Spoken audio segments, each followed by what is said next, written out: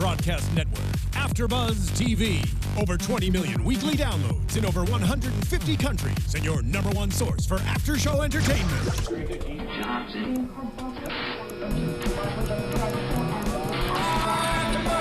AFTERBUZZ TV, the destination for TV superfans. Producing after shows for over 300 of your favorite TV shows, interviewing celebrities and showrunners, and bringing you behind-the-scenes exclusives. All thanks to E! Entertainment's Maria Menounos, producer Kevin Undergaro, and internet leader Akamai.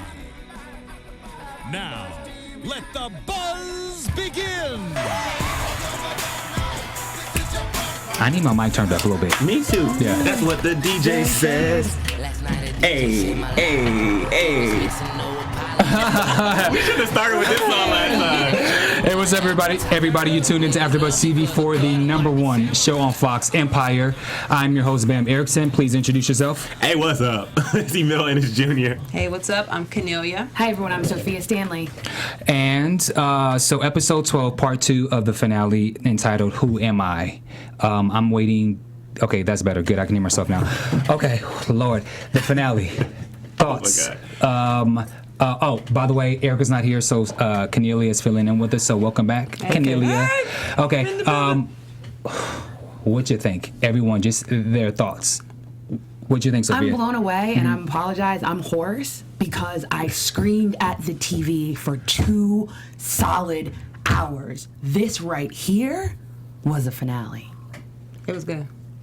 I mean, Every single week, they blow away my expectations. I was telling Sophia last night, I literally lowered my expectations because I'm like, there's no way they can match last week or even beat last week. Every single week, there's not been one episode where I've been disappointed. And for this finale, it was good.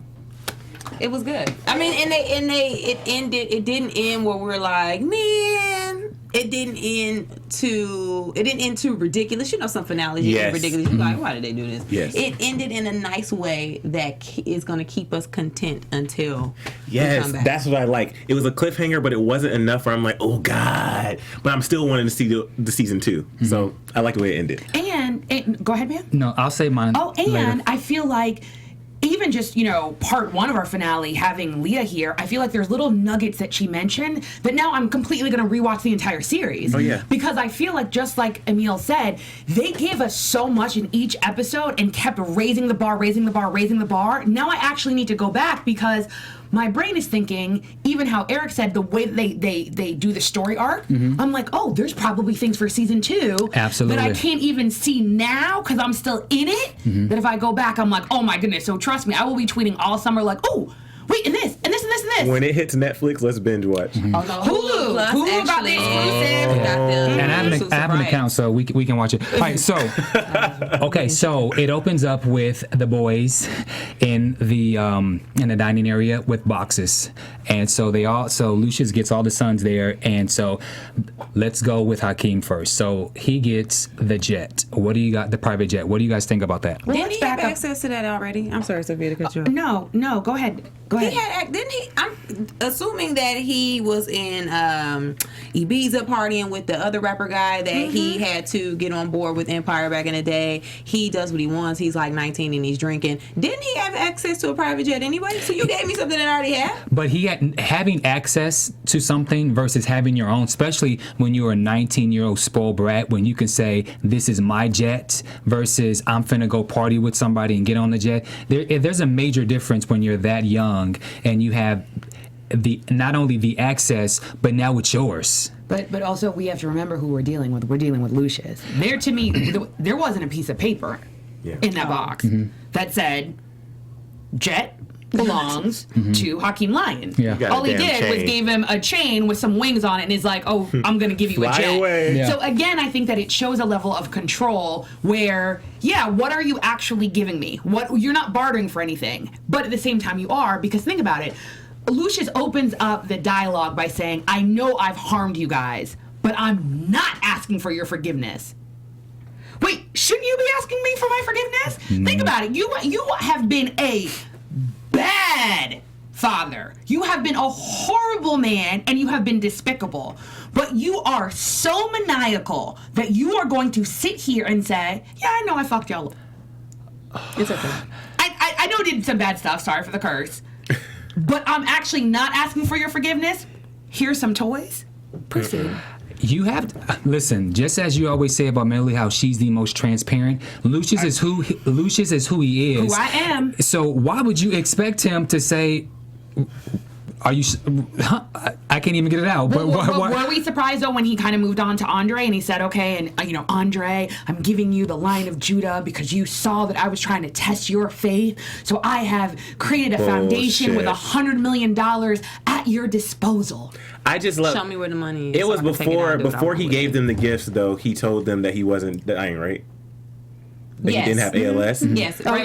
Yes, you're right. So it was interesting seeing how all these boys are trying to process this and also open their gifts, because Andre's reaction, I thought, was he's like, oh wait, you're not? Like, after Andre had that bold thing, I can't wait till you riding him. Well, piggybacking off what Sophia said, if there's nothing written that says this is mine, exactly, then it's not mine. So when he gave him the money for the foundation, okay, cool, show me where the money is, give me access to all the money, I can take it out and then actually put it into a charity of my choosing. I'm not trusting no Lion setup foundation because it's probably going to be trademarked back to Lucius somehow. I'm not trusting it. So then, if Hakeem and Andre was not quite believing their dad, should Jamal believe so easily that he gets the empire? No. If you hadn't written on a piece of paper again, this is yours, and there's terms and conditions, why, after all of this time, why would he believe that Lucius, living, still alive, not dying, is just going to give him this empire, this whole throne, after he's dogged him out this whole time? Why would you believe that? And the funny thing is, Kennelia's analysis is spot on, but I think it has everything to do with emotion and not that he actually wants empire. It is the first time in his entire life, in front of his brothers, that his dad called him son and recognized in front of everyone, I choose you. Because think about it, everything else that he gave to them, whether or not it's real or not, it's something that they could get on their own. Right. His love from his father, and his father actually recognizing him and validating that this is my son, I see him, it doesn't matter if he's homosexual or not, that was something that Jamal has been wanting his whole life. And so I think that allowed him to ignore everything you're saying, because everything you're saying is 100% correct. He, of anyone, knows who Lucius is. So he should be the least trusting of Lucius, of all of a sudden saying, I'm not dying, but I'm still giving you this company, and possibly pitting you against your brothers. But what also convinced him quicker is when Cookie now comes in, thinking, oh, I'm about to get a present. She was excited for a second. Can we really break this scene down? Break it down. Because, and not necessarily the scene, but Taraji's acting skills. And the reason I say that is because we're also, because when Taraji Cookie walked into the room, it's funny seeing an actor who's in a role play act. Like, because she had to pretend like she didn't know that Lucius wasn't dying anymore. She had to pretend like she didn't just try to kill him with the pillow. And she walked, she's like, oh, I'm so happy. Like, it's something that made me smile about seeing Cookie fake act when she plays the role so well. Continue now. Well, can I go back one step? Now, I don't know if y'all talked about this in the after show before, and I'll make it quick with Leah here. But wasn't Jamal second choice?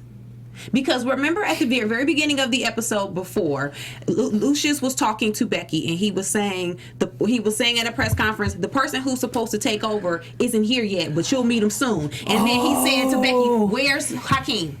And then Hakeem started off with the ignoring him, and then he did the freestyle, and then he slept with Anika. So wasn't Jamal second choice? So you're giving him this. You're saying, yeah, I want you to take over, but he wasn't supposed to be the one anyway. Well, I think that what won Jamal over is the fact that after he realizes that he gets the empire. I mean, well, let's just take a moment for a second. So you ironically open your present last, and you get the empire while your brother's got a jet and blah blah blah. Even if my dad was the worst, for a moment, I would probably kind of have a little dance like, hey, hot damn, I got the empire, I got it over everyone. But then on top of that, then he goes and calls Cookie into the office while Jamal is there, and Cookie's response of her logic for trying to kill Lucius after the fact that he just now won the empire, he doesn't, like, as I was saying earlier in the recap with Leah, Jamal is starting to learn the street smarts and the business smarts. He's not all there yet, but he has the most tendencies of his dad of the three sons. So I can't fault him for not being completely on it about what his dad is doing, but I give him credit for. He's the best out of the three. Okay. But I think the whole Cookie thing kind of sealed the deal for him, at least at that moment. I mean, well said. Yeah. Well said. Well said. Do we want to do the line real quick? Yeah. I have a thing for quotes. Mm-hmm. So, basically he's like, yeah, your mom tried to kill me. Of course, she lies and is like, your dad's a pathological liar. Mm-hmm. And then he caught her. Oh. He goes, checkmate, bitch, and plays the video. Yeah. And you see the video of Cookie trying to kill Lucius.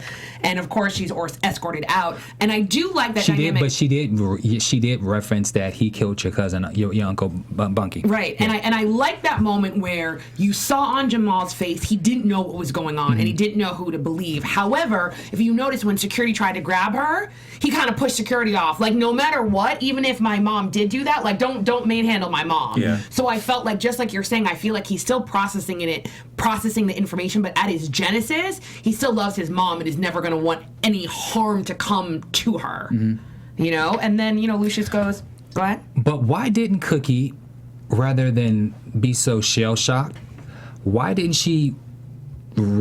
I felt she should have defended herself a little bit better. I thought she should have been like, yeah, I tried to kill your ass. Because that's when, if you've ever seen somebody's like crazy mom and her dad have a fight, she'd be like, I kill your ass. She should have straight up been like, yeah, I tried to kill your ass because you killed my cousin. What? Show the video. Show it. I tried to suffocate you with a pillow. I 100% agree, but I think it shows that at her core, she's a nurturer. Mm-hmm. And I think that even in the moment when she was trying to kill him, those tears initially were for Bunky, but when she was actually trying to do it, those tears were for Lucius. No matter what kind of crazy dysfunctional family they have, I still think she views Lucius as her husband. Even if he's not her husband, he's still the father of her 3 children. And so I think that the fact that she was in that state of rage or desperation that she had to actually kill him with her bare hands with a pillow, think about that. I think it was too overwhelming for her. Mm-hmm. So the fact that she got caught in such a way and was exposed in front of her son, I literally think she was in shock. So yes, I think normal Cookie would have been like, yo, you deserved it. Yeah, he's a killer. He killed Bunky, but he probably is going to kill you. That wasn't the place she was coming from, because I still think she was still in her feelings. That's why when she came to the room, she was scared. It's the first time we've seen Cookie scared. He gave her a pillow. Yeah. Like, that's worse than, what is it, Scarface when they did the dead horse? Like, that's scary. Mm-hmm.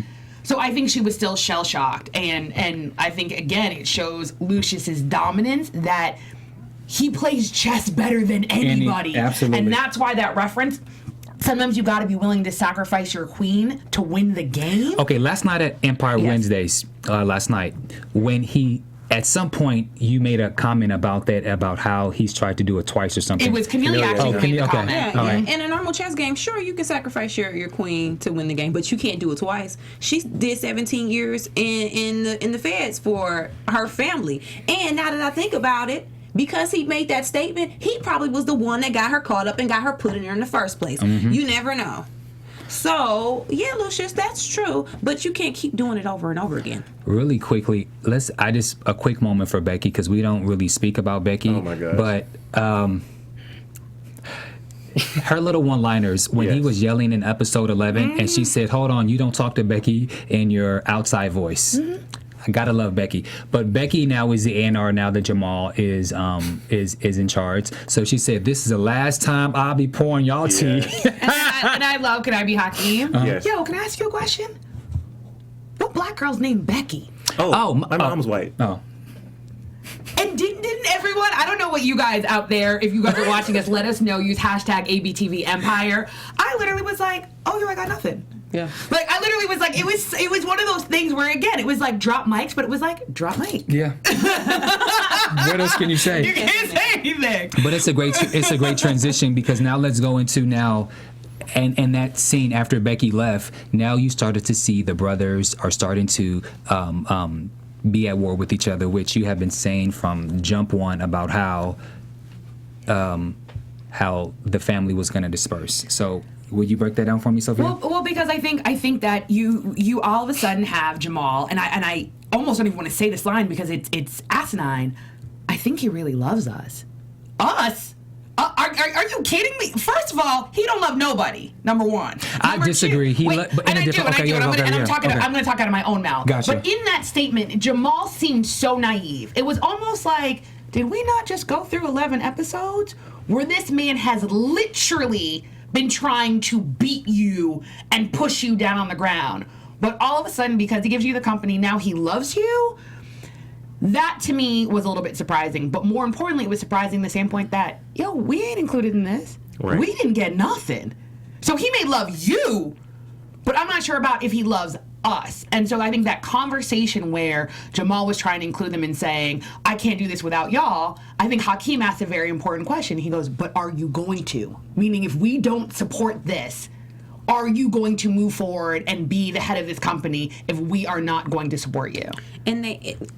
And when he asked that, I'm thinking, well, he has no choice, because let's be real. If Hakeem would have gotten it, he wouldn't have shared it. If Andre already planned to not share it, and he already put his plan out there and was trying to move it in motion. So sure, Hakeem, you can act like, yeah, let's be all brotherly and be as one, and yay, Empire go. But he would have did the same thing. Agreed. They now, all would have been jealous. Absolutely. Now, I do think that Jamal started to get beside himself, because the first thing that he did was he was like, okay, well, we're going to push Hakeem. We're going to push your album back a couple months because my album's out. I'm hot right now, and just wait till my album dies down a little bit. That right there was the cause of what we're going to go into. But it wasn't bad. It was a smart move. But okay, so wait. So no, it's not. No. Yes, you can. Let me tell you why. In 2015, you can drop out. You can drop music out without any kind of notice, and if it sells, it sells. Music is music. It's better for Empire Records to dominate the charts with number 1, 2, 3, 4, 5 spots of all your people than just have one artist dominating and then. So is it okay for Hakeem to be number 2? Exactly. Because who's going to volunteer to be number 2? But who's to say? Jamal has already been number 1. He's been number 1, I'd say, for maybe a couple of weeks now. Mm-hmm. So why not let him be number 1 for 6 more weeks and then wait till Hakeem is alone and then him be number 1 for 6 weeks instead of Jamal be number 1 for 3 weeks and then Hakeem be number 1 for 2 weeks? Because it sets.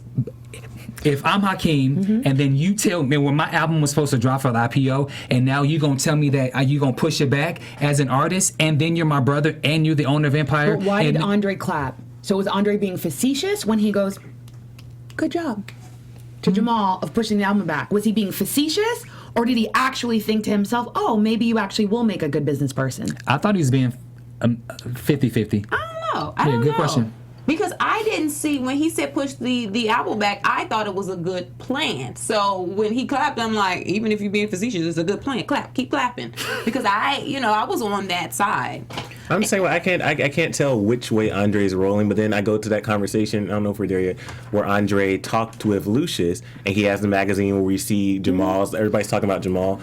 So I think in regards to that, I think it is a smart business plan, like Kennelia's saying, because if Jamal's hot and now he's the vice chairman, you have the vice chairman who's topping the charts, I think it's smart to keep building that momentum as you go into the IPO, and then as you build that, then you can now promote Hakeem, and you can have the vice chairman promoting him, who has topped the charts for this number of weeks and already created that reputation for himself. I get what you're saying. I just think from a sibling's perspective, it just comes off a shady way where it's like, if you push it back 2 more months, then will you push it back again because now you decide because you're hot, then you're going to do a bonus album? Because you remember how Rihanna used to do an album and then she put 3 new songs on. So it's just one of those things. As an artist, I'll be like, nah, bruh, you going to put my shit out. I totally agree with you, but something, I'm going to talk out of the opposite side of my mouth. You know how with lions, with a lion pack, there can only be one head of the lion? Yeah. eventually they have to split up. Because what are they going to do? Are there going to be a tri-chair? No, seriously. Just even I think how Jamal says, there can only arguably be one head of a company. It's how the corporate structure is set up, right? Number one. Number two, Hakeem didn't even really have an actual real deal. So think about it. I was going to mention that. So his deal wasn't even papered. So meaning it really was because you are biologically connected to me that I'm literally treating you like a spoiled rich kid, and I'm like, okay, cool, like you're going to be a rapper, but I don't actually think you're that good that I haven't even solidified on paper your relationship, and or you don't know your business well enough to solidify it on paper. Hakeem's just coming into his own. If you think about it, he's not ready. Yes, they promised him that his album would be released the date of the IPO. But was he really ready? Like, think about it. If you weren't related to this man, are you actually ready to be on par to release an album that arguably is going to be the center of a company during their IPO? Mm-hmm. And the person who was coaching you is now gone, Camilla. And on top of that, just think about how reckless he is. If you release an album, there's so many other commitments that go with that. And the fact that when he did the little thing with Snoop Dogg, how he was so reckless and talking about open business with like private matters with the family and his lyrics, you don't want to put somebody like that on stage representing your whole company. All right, fair enough. Well, you said, Sophia, now that they need to part ways, and boy, what a Red Sea did they part. So let's now go into the fact that Boo Boo Kitty now has decided that there should be a hostile takeover. Go. I understand she's hurt. I get it. But what is she? She's dealing with three brothers who feel like they rightfully have are supposed to get a piece of their father's company. After this is all said and done, what does she really think they are going to give her in the end? So yeah, you want to screw Lucius and do all this other stuff, but they don't even want each other to have it. Do you really think, Anika, that they're going to be like, cool, you get 40%, or you have this X, Y, and Z? They'll probably let her be A&R again, but she's going about this like she's really going to have a stake in this company. I just don't see her, how she's going about this and why she's so into doing this, besides the fact that Lucius was cheating on her. And the fact that she already has money, so it's the ultimate payback. But, so now I'm sorry, Okay. Shameless plug. I like the fact how the book on the table was called... Oh yeah, It's Curious Mind by Brian Grazer, who is the executive producer. I didn't even catch that. Of this, he's like the producer of all producers. because everybody clapped in the room when that came on. Mm-hmm. So he look him up. He's done everything. He's with his company is Imagine Entertainment. But anyway, so the first thing that they do is they get Andre on board, and after Rhonda decides to leave, then now he's on board. At this point, Andre don't have nothing to do. Jennifer Hudson done got out of the church. Next season, she gonna be on coke. Like, they're setting her storyline up for a disaster. Yeah. But he doesn't have, what else is he gonna do? His side piece left him. He thought he was gonna have a church relationship with her. She now is with his dad. So he's like, I guess I'm just gonna do what Rhonda said. I mean, that was it, I guess. I have to admit, after he got well, I got bored with Andre again.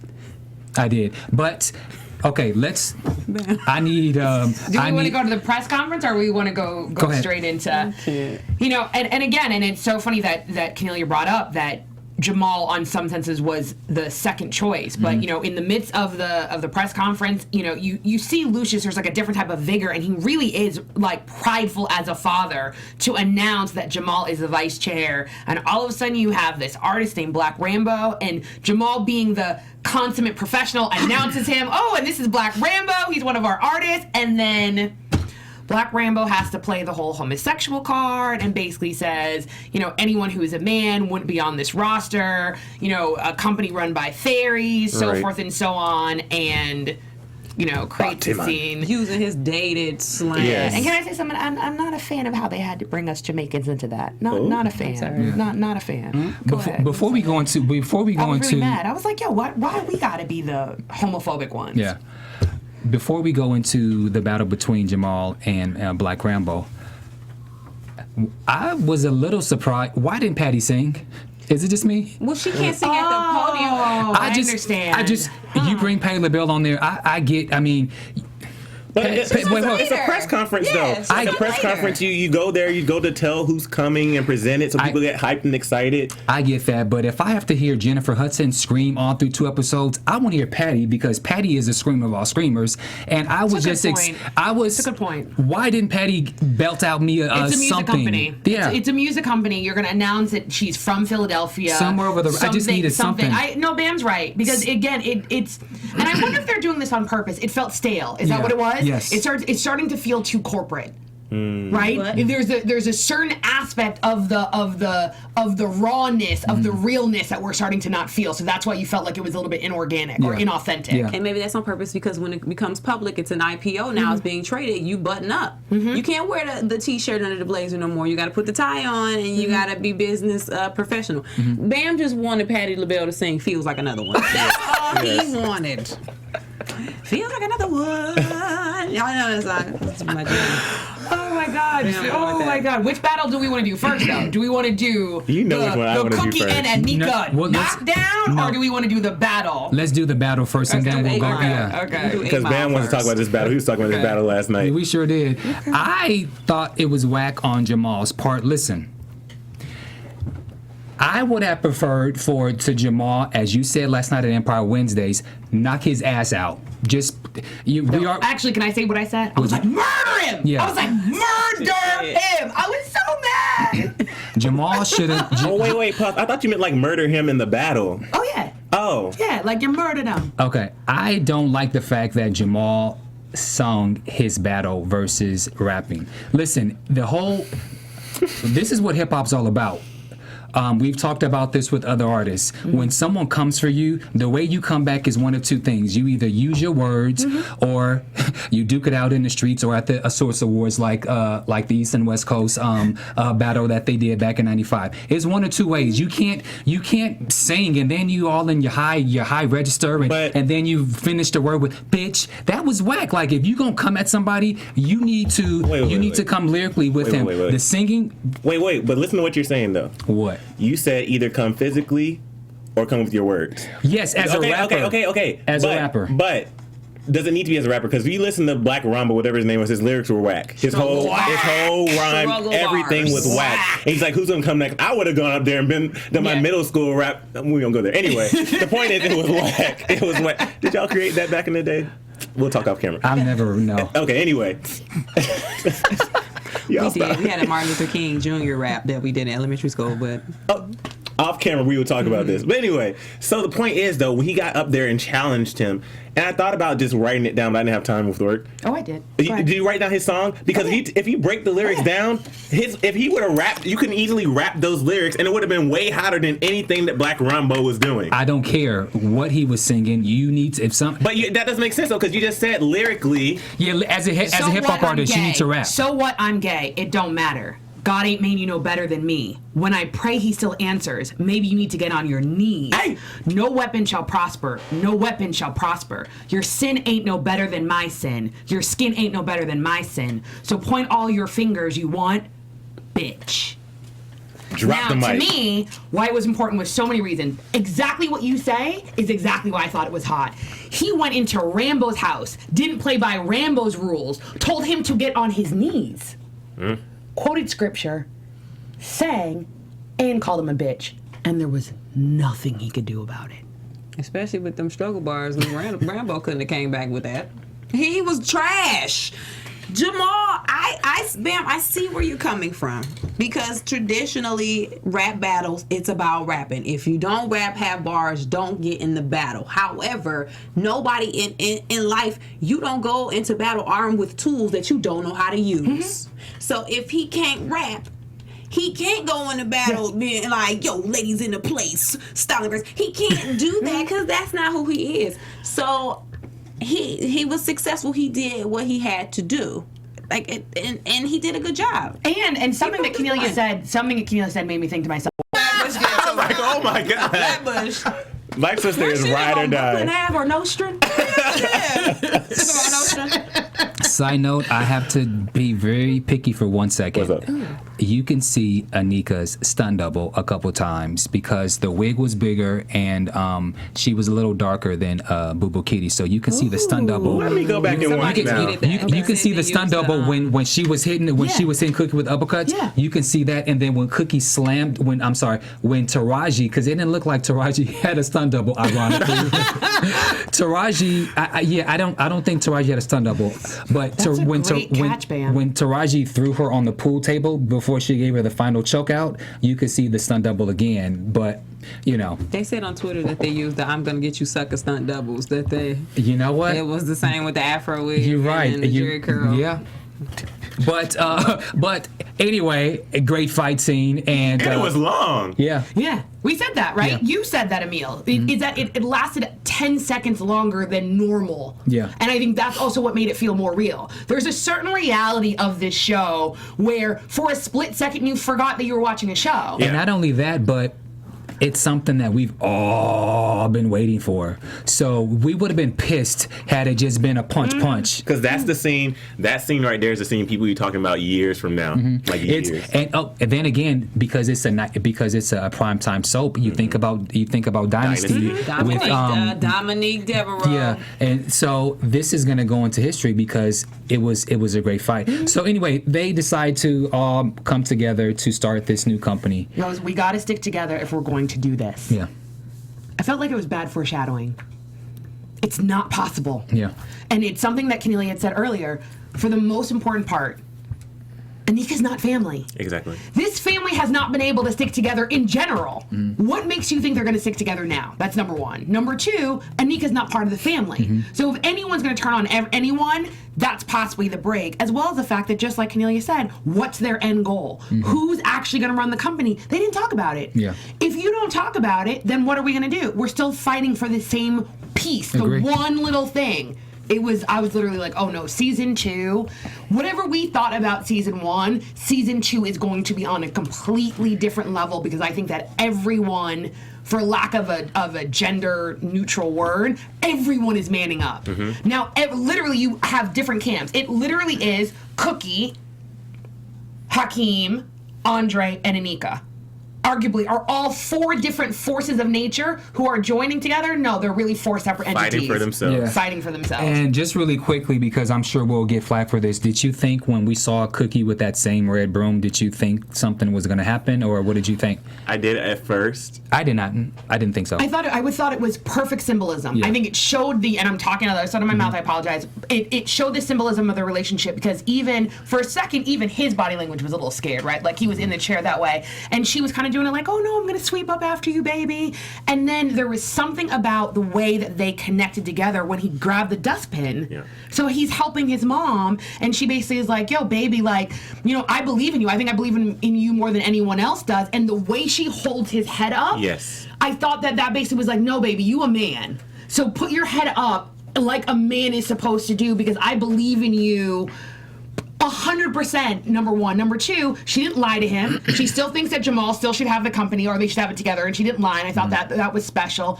And I loved how he goes when she basically was like, we can start our own thing. He goes, Mama, we don't need to start from scratch. Yeah. Which to me, again, shows his evolution. Exactly. That he's becoming an adult, and he's thinking like an adult instead of simply like, let's use explosives and blow things up. So when they go and meet with Tricky, he says that you can get $250 million, but you can get the other $250 million by Scandal. And so now it's planted that, Lucius needs to be set up. What do you think about that? Before we go into the final scene. We have 2 other scenes, but what did you think about that? I thought that was a little weak. How so?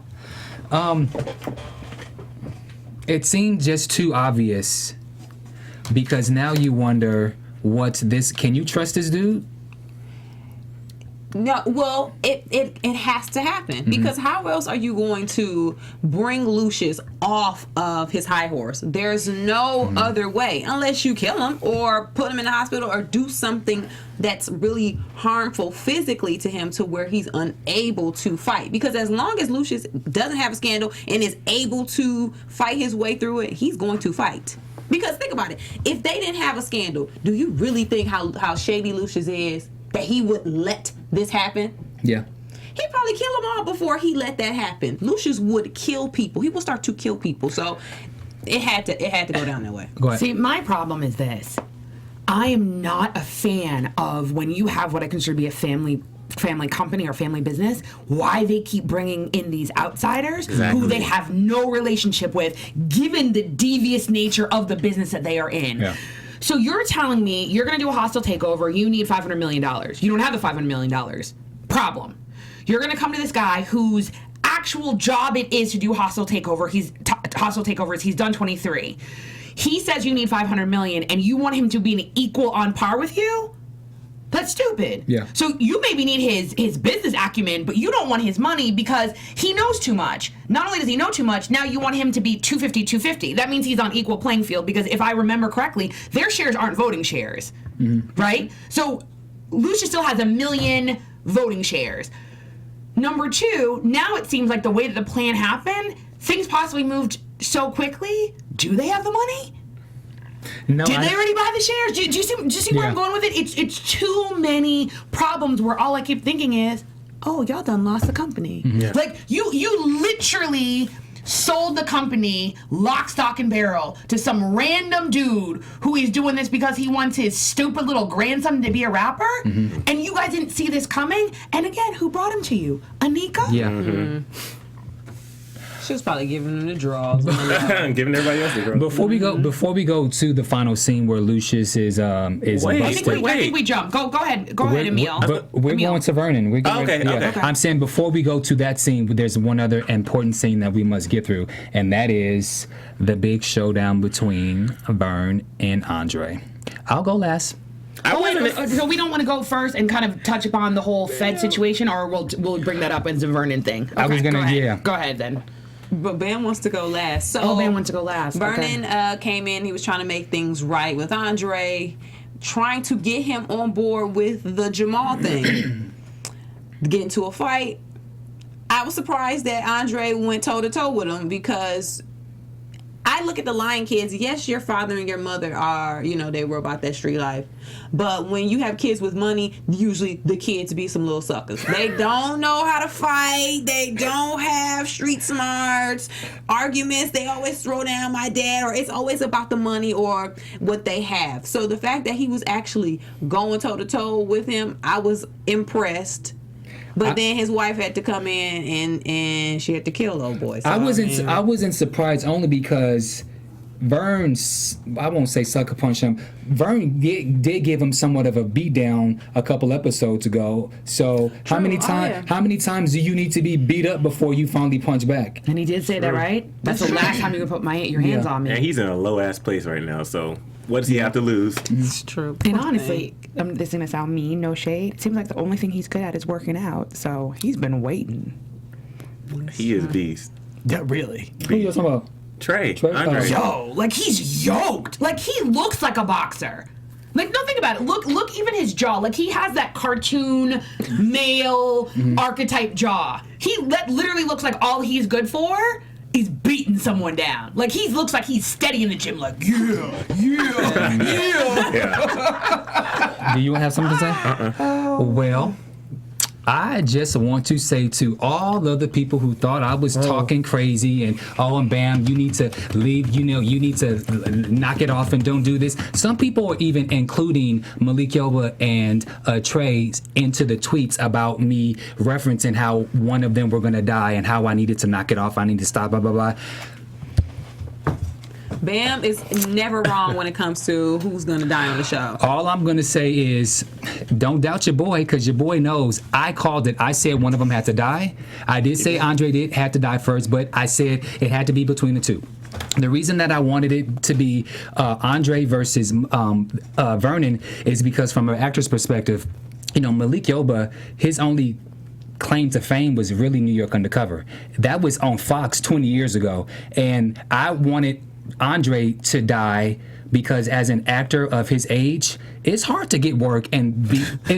That's true though. It's hard to get work and be on a successful show. So I was rooting for him because Trey can get jobs. He's already on Selma and he's on other stuff. So he's on his way to A-list. But Emile is. I'm not throwing shade. I'm just saying I was rooting for Malik Yoba, and so therefore I wanted him to stay alive, and I wanted Andre to die. But I told you somebody was gonna die. He said it.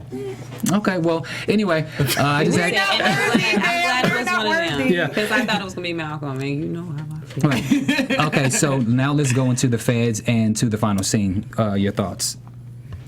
The feds going to get Cookie again and try to get her to confess. I think seeing their interaction with the feds and seeing how she's still ride or die and still trustworthy just shows her character. Like, shows how loyal she is, and it shows why everybody loves Cookie. And it hurt, though, if we're going to fast forward real quick, it hurt, though, when the feds did finally get Lucius in the final scene. It hurt to see Jamal think that it was her. And it hurt me because I feel like she's tried so hard to get in everybody's favor, and she hasn't even crossed Lucius. And once again, that shows Lucius's character too, because Lucius immediately like, oh, what do you say? You're ghetto rat. Ghetto rat, like ghetto rat. You're ghetto rat. Always be a ghetto rat. Been a ghetto rat. Like, that really did bother me. That really did bother me because Lucius is he's just such a terrible person. Like he does not realize all what Cookie's done. Like, she didn't snitch you out, fool.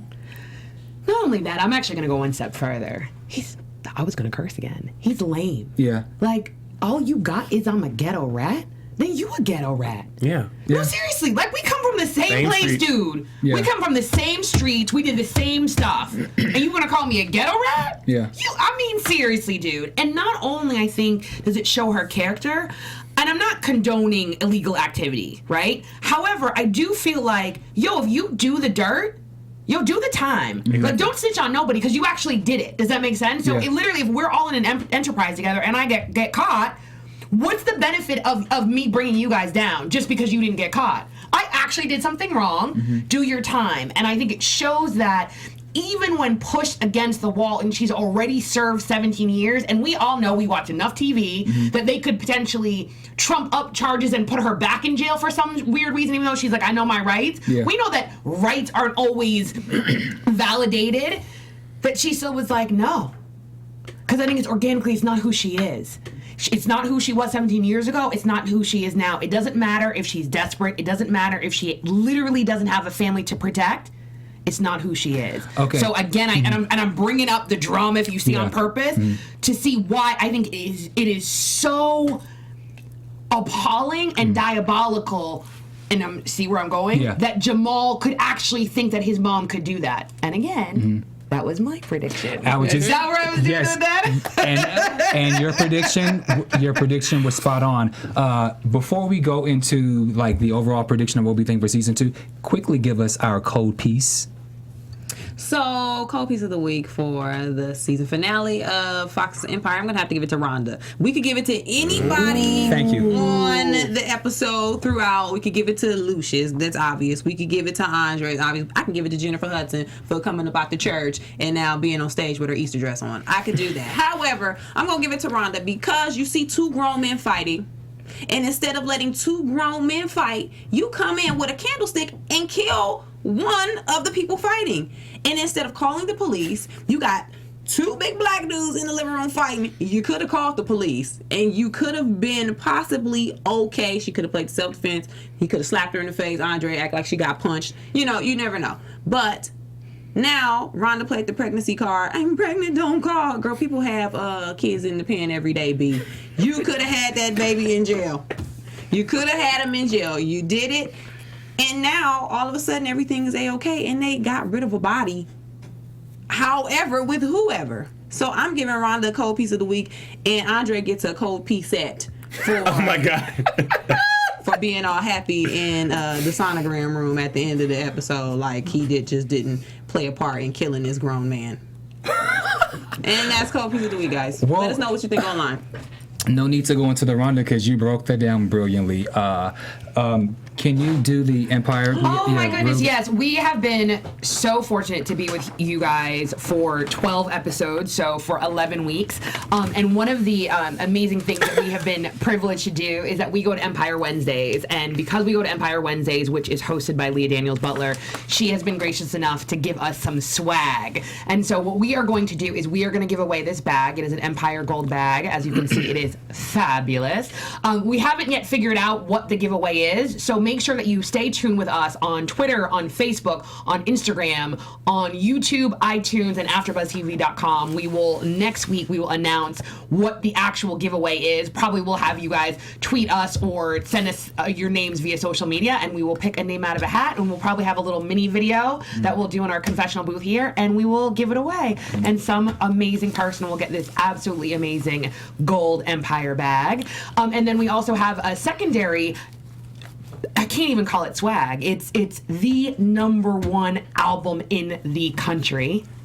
The Empire album, which we also were gracious to get last night. So we will also be giving away the #1 album. Empire, and so we will have 2 giveaways to do. We will do the giveaway the CD as well as give away the bag, and let us know online, on YouTube, on iTunes, on Facebook, everywhere, what your favorite song right now from the show has been, or that you have downloaded on iTunes, and continue the conversation with us by using hashtag ABTV Empire. And one more thing about Empire Wednesdays. We just want to say a huge thank you to Linda Jones and Henry Black Butler for putting it on every week. They did a great job. If you didn't see the first half of this show yet, Taraji was there last night. Lee Daniels was there last night. Gabrielle Sidibe was there. It was a packed house. The writers, the producers, just an amazing event. So hopefully we'll be back for season 2. And we can't wait to be there. Yeah, and just some other names, some people that we got to meet. We get to meet a bunch of fans. Logan, also some AfterBuzz TV hosts sometimes come through. Nick Perdue, a comedian, you've probably seen him on a lot of AfterBuzz shows. Julian Dujeric, he is also an AfterBuzz host for House of Cards. Amber Bickham was here one episode. She watched 2 episodes ago with us. She cast this lovely gentleman on Black Jesus. Hopefully he will be back for season 2. Yeah. So it was an absolutely amazing experience, just to echo what Emile said. It was so much fun being able to not only watch with you guys, but also just watch with all of you guys. Yeah. And so for predictions, I'll throw this question and then we'll wrap. So who do you think ratted Lucius? Oh, they said Malik Yoba's character. Yeah. Because remember they said they need him. They need him. He's a star witness. He's a star witness. And now he's dead. So good job, Rhonda. Yeah. Oh, that is over my head. It was so loud. Yeah. I totally missed that. Yeah. And you want to do predictions? Yes, go predict. Okay, but I have one more shout out. When I was out and about at an event chasing LA, I ran into 2 lovely fans, Shauna and Shauna. So I just want to say hi, Shauna and Shauna. My prediction is related to the whole Vernon situation. Lucius is going to pin Bunky's murder on Vernon because Vernon actually is the one who covered everything up. So if you look at the actual evidence, it will lead back to him. Also, I already said it, that I definitely think that the hostile takeover, they're actually going to lose their company. And then the last thing is, his mentioning his name, Dwight Walker, and him being an orphan at 9 has to be of some significance. So I feel like we're going to have a backstory in between that time period, which also I think is going to take down the Empire. Kennelia, quick prediction. The only one I have is I think Taraji's character Cookie is going to be taking the Chinatown bus to Washington, D.C. every Friday night to go see Malcolm. Because that's what I would do. Ooh. I will be on the Chinatown bus. I'm a little too bougie for the Chinatown bus. When you have no money to be on the Chinatown bus. But I will be down there every day. They have a nice one now. It's called Bowl. Yeah, it's nice. It has like Wi-Fi and everything. I cannot with you guys. For sure. I agree with everything you guys said, so I won't even touch on that. Bamm always says they don't show us things for no reason. The scene between Jamal and Ryan on Lucius's desk, I think there are going to be some consequences because of that. Like, you don't have sex in your father's office and then just think everything's going to be cool. Like, there's no cameras there. That's true. My prediction is I just have this really feeling in my gut that Taraji P. Henson is going to get nominated for a Primetime Emmy, and I think she's going to win.